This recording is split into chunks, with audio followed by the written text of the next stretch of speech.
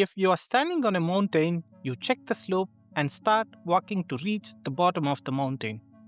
How does the machine do it? If the input data contains just one feature, then the machine will adjust its weight to minimize the loss. It means it either has to move right or left depending upon the slope. What if there are more than one features? ChatGPT has 175 billion parameters. Training it means finding the lowest point in a 175 billion dimensional space. That is the mathematical problem every AI trainer faces. And there is a solution for this. If we just have a single parameter, the problem gets easy.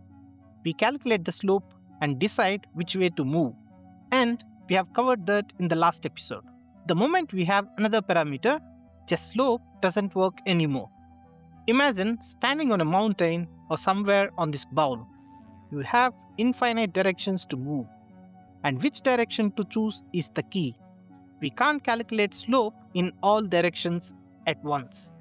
Then, the obvious question is, how do we find the slope in a multidimensional space? What if we calculate the slope for one direction at a time and keep all others constant? In this case, we have two parameters, weight and bias. And our loss function is the sum of the squares of weight and bias.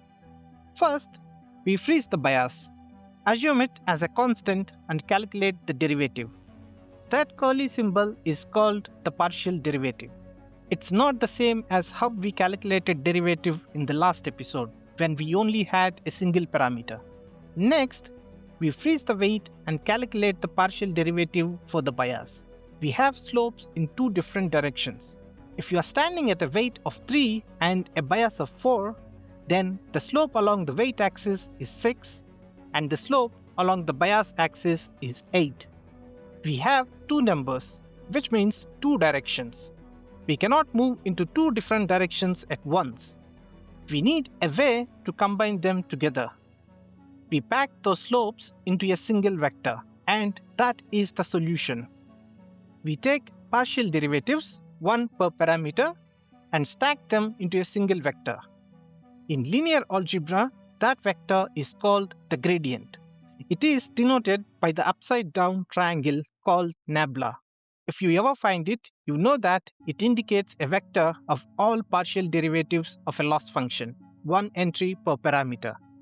No matter how many dimensions we have, 2, 3 or 175 billion, the gradient vector always points in the exact direction of the steepest uphill climb.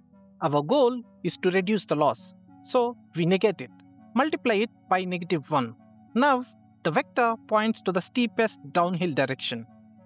You compute the gradient, take a step in the opposite direction, recompute the gradient, take another step and repeat. That loop is called the gradient descent. It is the engine that trains every neural network. Now, we know which direction to step, but we don't know how much step size should we take. Does it really matter?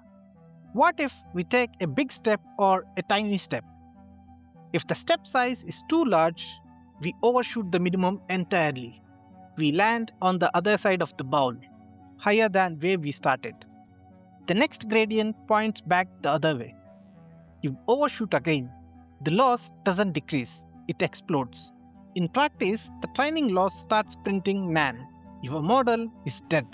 If you set the step size too high, you might miss the bottom of the bowl entirely. Let's simulate how the loss function explodes when the learning rate is deliberately too large. If the step size is too small, the loss barely reduces. Training the model takes forever and often gets stuck. With optimal step size, the model converges efficiently.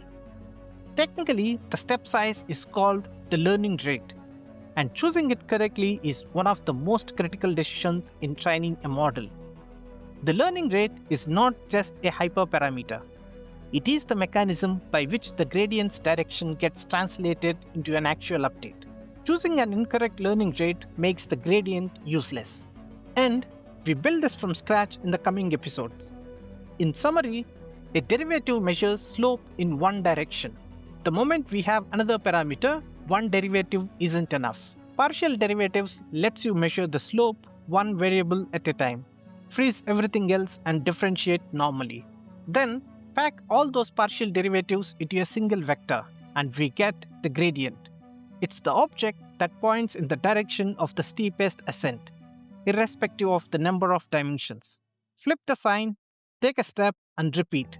That is gradient descent. Whenever we see a training loss curve drop smoothly towards zero, this is what is happening underneath, repeated millions of times. It's not magic, it's calculus. But the question is, do we really need to update all the weights? The simple answer is no. And the reason for this comes from the matrix decomposition. That's singular value decomposition.